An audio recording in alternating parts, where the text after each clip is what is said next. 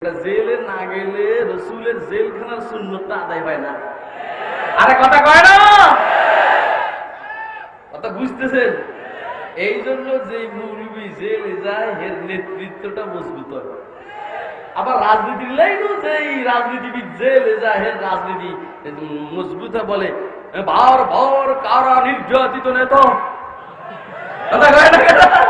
এটা একটা ডিগ্রি, এটা একটা ডিগ্রি। বারবার কারা নির্যাতিত নেতা, এটা একটা ডিগ্রি, কথা কয়। আল্লাহু আকবার। সাহাবা রশিদ আহমদ গঙ্গুহি কেমনে জানি বুঝাইলে আপনারা বুঝবেন, সময় আমাদের পক্ষে না।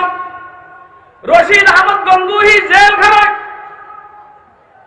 এখন জজ সাহেব বলছেন ওনাকে জেলখানা থেকে বের করে দাও, ভাই স্বাধীন করে দাও, বাড়িতে চলে যাক। এদিকে খেয়াল কর, মজার ঘটনা, মজার ঘটনা জীবনের শুনুস না বেটা, মজার ঘটনা শুনে নাও। রশিদ আহমদ গঙ্গুহিকে জেলখানা থেকে ছেড়ে দেওয়া হোক। হযরত গঙ্গুহিকে জেল সুপার বলছে আপনি এখন বাড়িতে যেতে পারেন, জেলখানায় থাকার আর দরকার নেই। হযরত গঙ্গুহি বলছেন আমি এখন জেলখানা থেকে যাব না। জেলখানা থেকে আপনারা কি এখানে আছেন? কে কে আছেন? আপনারা দেখেন।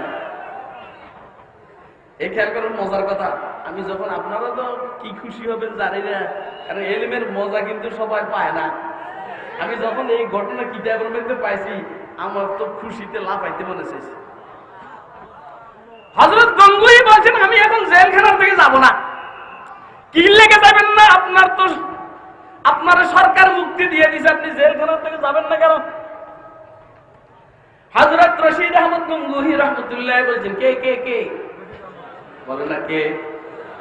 আপনাদের উজানির, আমি আমার উজানির কম না, যদিও আল্লাহর দয়া আমারই কম লাগে।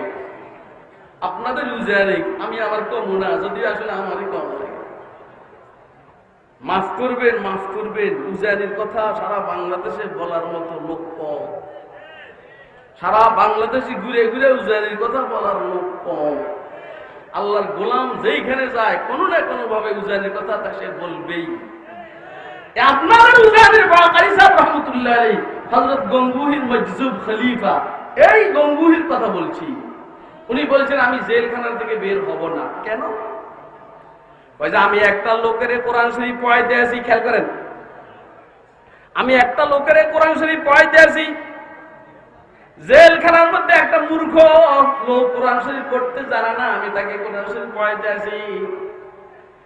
অর্ধেক পর্যন্ত গেছি, তারে অর্ধেক পড়াইলাম, আরো অর্ধেক রয়ে গেছে। আমি অর্ধেক যদি তাকে না পড়াইয়া যায়, সে বাকি অর্ধেক কার কাছে শিখবে? এই জন্য বাকি অর্ধেক কোরআন শরীফ তাকে শিখাইয়া আর পড়াইয়া আমি জেলখানা থেকে বের হব। আপনারা আমার কথা বুঝেন?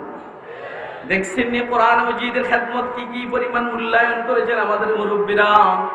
জেলখানা থেকে সরকারে ছেড়ে দেয়, ইংরেজ সরকারে ছেড়ে দেয়, মগর উনি বাহির হন না কেন? কোরআন শরীফটা ওই লোকটা শিখতে দেরি হবে। অর্ধেক শিখাইছেন, বাকি অর্ধেক শিখাইয়া তারপরে বাহির হবেন। বুঝেন নাই? আমার কে কে বুঝছেন হাত তুলে দেখাবেন। আসলে আমি বুঝাইতে চাইছি আপনাদেরকে, সাহাবায়ে কেরাম যেমন দামি হয়েছে কোরআনের কারণে, সাহাবায়ে কেরাম যেমন দামি হয়েছে রাসূলের সুন্নাহর কারণে, এখনো যদি কোনো মানুষ দামি হইতে হয় তাহলে কোরআনের কারণেই সে দামি হবে, রাসূলের সুন্নাহর কারণে দামি হবে। এর বাইরে দুনিয়ার যত ডিগ্রি তার থাকুক না কেন, পৃথিবীর মানুষ তাকে দামি বলতে পারে, আল্লাহ আল্লাহর রাসূলের কাছে সে দামি নয়। ঠিক এই ধারাবাহিকতা বলবো। উম্মতের উলামায়ে কেরামকে যত তুচ্ছ তোমরা মনে করো না কেন, আল্লাহর কোরআনের এই ম্যাটেরিয়াল তাদের ভিতরে থাকার কারণে, যেমন সাহাবায়ে কেরামের ভিতরে কোরআন থাকার কারণে এরা পৃথিবীর কোন শক্তিকে মাছির মতো মূল্যায়ন করতো না, ঠিক তদ্রূপ ভাবে এখনকার উলামায়ে কেরামকেও তোমরা যত তুচ্ছ তাচ্ছিল্য করো না কেন, আল্লাহর কসম করে বলি তোমাদের কাছে আর্মস আছে, ক্যাডার আছে, সেনাবাহিনী আছে, নৌবাহিনী আছে, বিমান বাহিনী আছে, কোরআন ওয়ালা মৌলবীরা তোমাদেরকে ক্যাডারও হিসাব করে না। আল্লাহ ওয়া আখিরু দাওয়ানা আলহামদুলিল্লাহ।